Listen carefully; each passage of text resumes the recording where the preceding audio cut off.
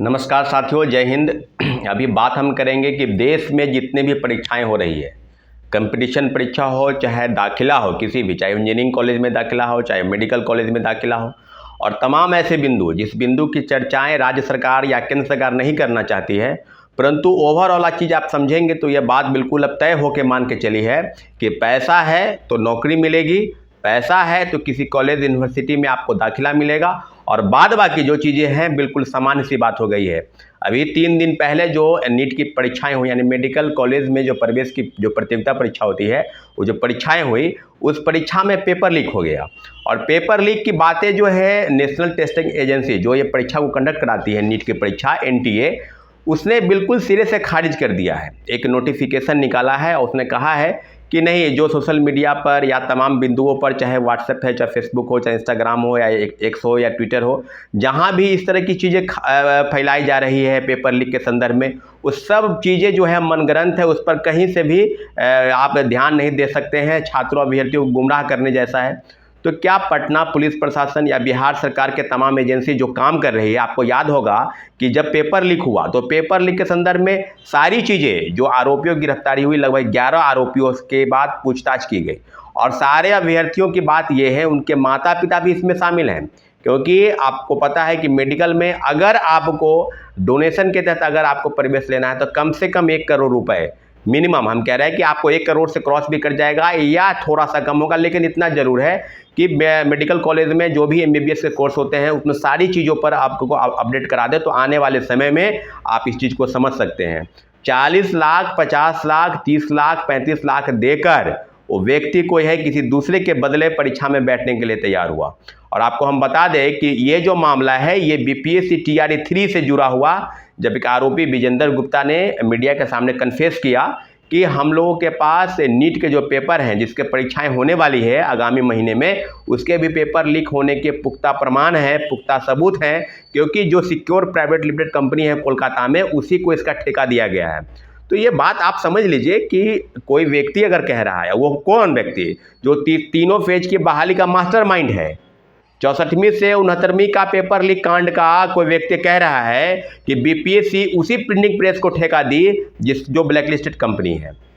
इसकी भूमिका पर लोकसभा के आम चुनाव होने वाले हैं, लोकसभा के आम चुनाव हो रहे हैं, 3 फेज के चुनाव हो चुके हैं, और तीनों फेज में चाहे वो केंद्र सरकार की हो, वर्तमान मोदी सरकार हो, या राज्य की सरकार हो, आपको याद होगा कि नौकरी के नाम पर, युवाओं के नाम पर, या बेरोजगारी के नाम पर, जो बेरोजगारी का दर है उसमें आपको हम बता दें कि देश में 42.8% जो ग्रेजुएट हैं वो बेरोजगार हैं, लगभग 50% आप मान के चलिए।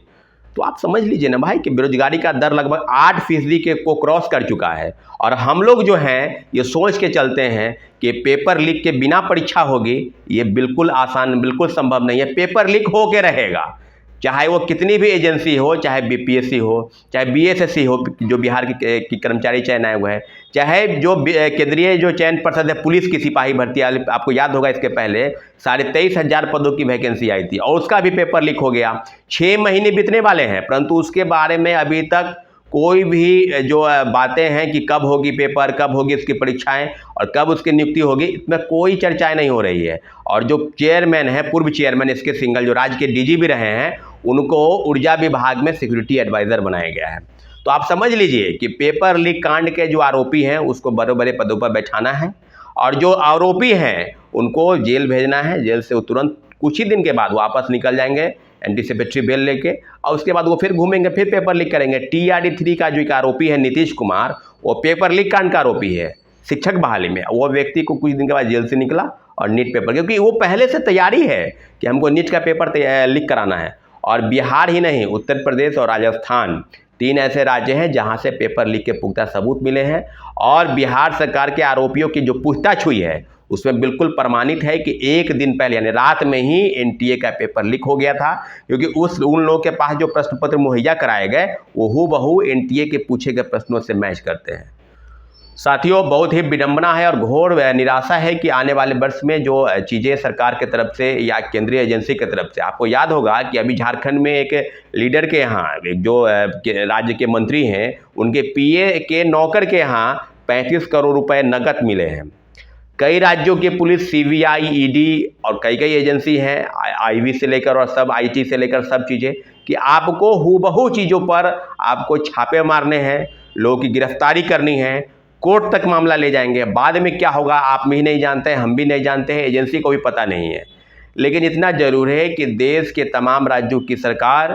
अब ये बात मान के चली है कि पेपर लीक होके रहेगा, आपको कुछ नहीं करना है। एसएससी का भी पेपर लीक हुआ था, आपको पता है कि आपको ऑनलाइन एग्जामिनेशन में जो भी एजेंसी है जो परीक्षा को कंडक्ट कराई, सब में पेपर धांधली लीक है। हम लोग लगातार चिल्लाते रहे कि एसएससी का जो पेपर है, केंद्रीय एसएससी, उसका पेपर लीक हो गया। 2017 के बाद आपको बिहार के तो सब परीक्षा का पेपर लीक हो गया। TRE 1, हाँ, फॉर्मूला दूसरा था,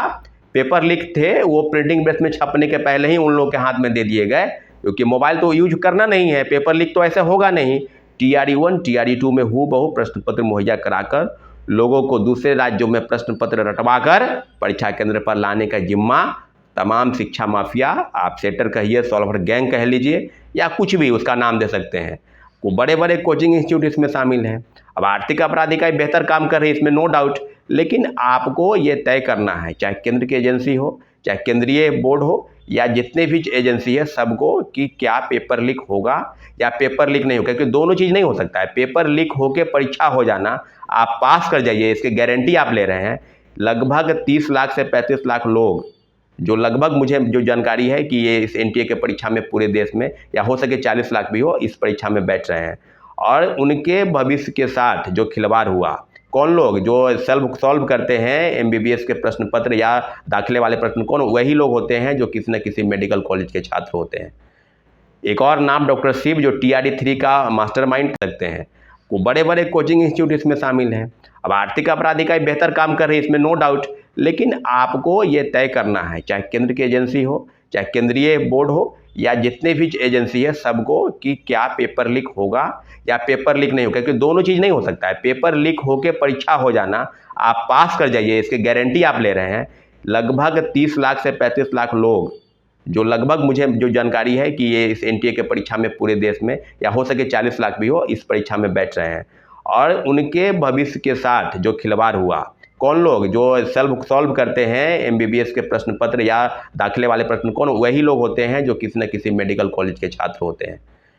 एक और नाम डॉक्टर शिव, जो TRE 3 का मास्टरमाइंड था, उसके साथ उसके विजेंद्र गुप्ता और विशाल चौरसिया के कॉन्फ्रेंस जो है और मीडिया में जो बयान है, वो बिल्कुल इस बात की तरफ इशारा करती थी कि मेडिकल के जो एंट्रेंस हैं उसके प्रश्न पत्र लीक होंगे, क्योंकि प्रश्न पत्र वहीं छपे हैं secure private limited company Kolkata में, जहां इसको ठेका दिया गया है। ये ठेका कौन दिलवाता है, ये ठेका कौन लेता है, इस बात पर आप ध्यान दीजिएगा। तो जितने भी आयोग के अध्यक्ष और सदस्य हैं, सब पैसे लेकर इस तरह का खेल में शामिल होते हैं, क्योंकि उनको तो कुछ जाता नहीं है। जब आप किसी को नौकरी दे रहे हैं, क्रेडिट भी लेना है नौकरी का, कभी महागठबंधन की सरकार क्रेडिट लेगी, कभी NDA की सरकार क्रेडिट ले रही है, तो फिर पेपर लीक हुआ, ये धांधली हुआ, सीटेट फेल, STT फेल, कई फर्जी प्रमाण पत्र वाले, उसका क्रेडिट कौन लेगा? क्रेडिट तो कोई नहीं लेगा। BPSC के पूर्व चेयरमैन अतुल प्रसाद और ACS एजुकेशन डिपार्टमेंट के पाठक, इन दोनों की मिली भगत का ही परिणाम है कि उत्तर प्रदेश के ज़्यादातर छात्र, आप जाएंगे स्कूल कॉलेज में तो आपको वो मिल जाएंगे, चाहे वो 1 to 5 से लेकर 11-12 तक। बहुत ही विडंबना के साथ साथियों, आने वाले समय में जो बातें हैं जो आपके तह तक है कि क्या पेपर लीक होगा, परीक्षाएं होंगी, पेपर लीक होगा, परीक्षाएं रद्द होगी। इसके पहले काफ़ी चीज़ें हो जाए, TRE 3 का पेपर लीक हुआ, परीक्षाएं रद्द हो गई, तो क्या अब जो BPSC है जो कह रही है कि हम 10 जून के बाद परीक्षा लेने की संभावित तिथि वो बता रहे हैं, जिस पर खुद जांच बैठा हो, जिसके सारे अध्यक्ष से लेकर और सदस्य सब चोर हैं, वो खुद कह रहे कि हम परीक्षा ले लेंगे। भाई किसका परीक्षा लीजिएगा? वही सेटिंग गेटिंग का जो खेल है वो चालू रहेगा, एजेंसी जांच करती रहेगी, राज्य सरकार दावा करती रहेगी, और हम लोग प्रोटेस्ट करते रहेंगे कि पेपर लीक, परीक्षा रद्द करो, परीक्षा रद्द करो। परीक्षा रद्द होगी, फिर पेपर लीक होगा, फिर परीक्षाएं होंगी। क्या इस तरह की चीज़ें केंद्र में की सरकार या राज्य सरकार ये तय नहीं कर रही है? कोई ऐसे परीक्षा बाकी नहीं है। JPSC का परीक्षा पेपर लीक हो गया, झारखंड SSC का पेपर लीक है, उसके पहले उत्तर प्रदेश सिपाही भर्ती जो लगभग 50 लाख परीक्षार्थी उस परीक्षा में बैठे थे, उसका पेपर लीक हो गया। RO का पेपर लीक हो गया, राजस्थान रीट का पेपर लीक हो गया, बंगाल का पेपर लीक हो गया और बंगाल के मामले में आपको याद होगा 2016 के एक फैसले पर 2016 की जो नियुक्ति प्रक्रिया है उसको माननीय उच्च न्यायालय ने उसको निरस्त किया है और 26,500 शिक्षकों की बहाली की प्रक्रिया को रद्द किया। यहाँ तक कि जो आपने वेतन लिया है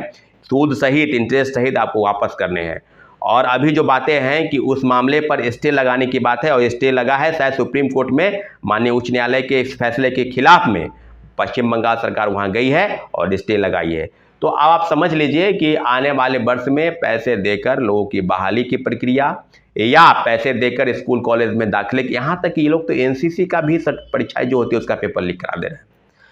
पेपर लीक पर ये आम बात नहीं है कि पेपर लीक हो गया। और बिहार सरकार के मंत्री का बयान देख लीजिए, हजारीबाग की चाक से 270 लोगों की गिरफ्तारी होना और उस पर बयान देना कि कहाँ कुछ हुआ है। तो फिर आप ले आइए बीपीएससी, उन लोगों को बीपीएससी के गेट पर ले आइए, नियुक्ति प्रमाण पत्र दीजिए, माला पहनाइए और फिर उसका जयकार कीजिए। तो हम तो कह रहे हैं कि लोकसभा के आम चुनाव में आप जाइए वोट देने, उसी लोकतंत्र डेमोक्रेसी पर भरोसा कीजिए और जाकर आप नोटा पर बटन दबाइए और बताइए कि पहले फेज में 5% जो वोटिंग की गिरावट हुई है उसके पीछे युवाओं का बहुत बड़ा रोल है। युवा आप समझ गए हैं, न जात में, न पात में, न धर्म में, न रिवाज में, न रीत में, न समाज में, यही व्यक्ति है जो महागठबंधन की सरकार हो चाहे एनडीए की सरकार हो, तमाम ऐसे लोग अपने बेटा, अपने भतीजा, अपने पोता, अपने पोती, अपने दामाद और अपने रिलेटिव को सांसद और विधायक और मंत्री बनाने में लगे हैं। और आप लोग और हम लोग जो मध्यम वर्गीय परिवार से जुड़े हैं, इसी तरीके से सरकारी नौकरी की आस में आप 15 साल से 20 साल, आप 20 से 30 और 30 से 40 हो जाएगा,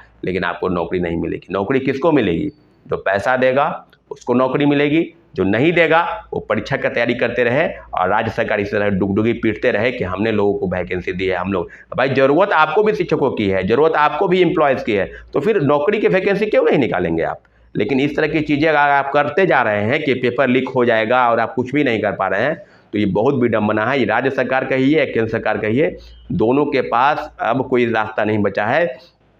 तमाम चीज़ें हम बार बार कह रहे हैं कि जब तक आप सीबीआई इंक्वायरी नहीं कराते हैं पेपर लीक यूं ही होता रहेगा और हम लोग चिल्लाते रहेंगे कि आगे क्या होगा। साथियों, आने वाले समय में नीट के जो पेपर हैं लीक हुए हैं उस पर नेशनल टेस्टिंग एजेंसी को बिना जांच किए हुए इस रिपोर्ट को सौंप देना कि कुछ नहीं हुआ है, इस बात की तरफ इशारा करती है कि बड़े पैमाने पर सिंडिकेट रैकेट जो इस देश और इस राज्य में फल फूल रहा है उसकी गरिमा को और उसके छात्रों अभ्यर्थियों की जो